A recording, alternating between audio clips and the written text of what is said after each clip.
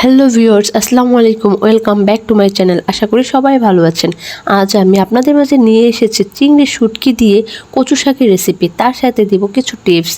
আপনারা যদি একবার এভাবে রান্না করে খান, এই কচু শাকের কত টেস্ট আপনারা নিজেরাই বুঝতে পারবেন।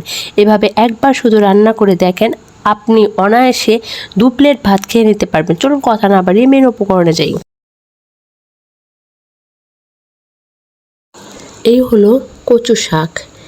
আমার এগুলো কালো কচুর শাক। আমি ভালো করে কেটে ধুয়ে নিয়েছি। প্রথম টিপস, কচু শাক যখন ধুবেন, ধোয়ার আগে হাতে ভালো করে সরিষার তেল মেখে তারপর ধুয়ে নেবেন। দেখবেন আপনার হাতে চুলকাবে না। আমি ভালো করে ধুয়ে একটু ভাপ দিয়ে নিব।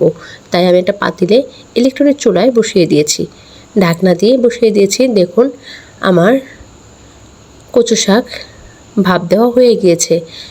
দেখুন মিলিয়ে অল্পটুক হয়ে গিয়েছে। আমি একটু ভালো করে নেড়ে মিক্সড করে নেব। এদিকে আমি পেঁয়াজ কুচি, রসুন কুচি এবং ফালি করা কাঁচামরিচ নিয়ে নিয়েছি। আর চিংড়ির শুটকি ভালো করে গরম পানি দিয়ে ধুয়ে নিয়েছি। এদিকে আমি কড়াই গ্যাসে বসিয়ে দিয়েছি, কারণ কড়াই গরম হয়ে আসলে আমি 4 টেবিল চামচ তেল দিয়ে দিয়েছি। তেল গরম হয়ে আসলে পেঁয়াজ কুচি, রসুন কুচি এবং ফালি করা কাঁচামরিচ নিয়ে হালকা করে ভেজে নিয়েছি।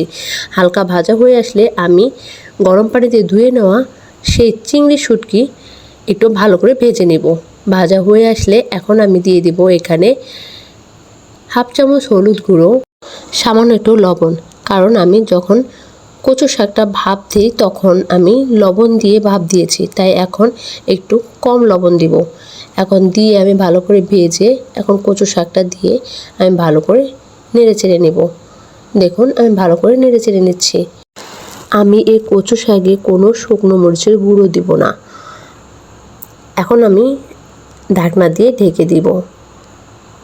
3-4 মিনিট পর ঢাকনা খুলে আবারও আমি ভালো করে নেড়ে চেড়ে নেব।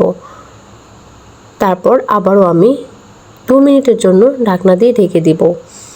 এ সময় আপনারা একটু কচু শাকে লেবুর রস দিয়ে দিবেন, তাহলে আর গলায় ধরবে না।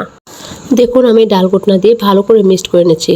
তবে অবশ্যই আপনারা চেষ্টা করবেন ভালো করে মিক্সড করে নেওয়ার জন্য, তাহলে এটার স্বাদ অসাধারণ আসে। আমার কচু শাক মিক্সড করা হয়ে গিয়েছে এবং রান্নাও হয়ে গিয়েছে। এখন আমি পরিবেশনের জন্য তুলে নিচ্ছি। দেখুন আমার কচু শাকটা অসাধারণ হয়েছে। এই চিংড়ি শুটকি দিয়ে কচু শাকটা অসম্ভব স্বাদ হয়।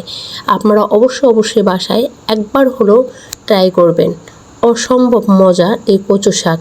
অনায়াসে আপনি 2 প্লেট ভাত খেয়ে নিতে পারবেন। আর অবশ্যই একবার হলেও বাসায় ট্রাই করবেন। আর আমার রান্না যদি আপনাদের ভালো লাগে অবশ্যই কমেন্ট করে জানাবেন। আর আমার পাশে থাকবেন, আমার জন্য দোয়া করবেন, লাইক দিবেন, সাবস্ক্রাইব করবেন। আল্লাহ হাফেজ।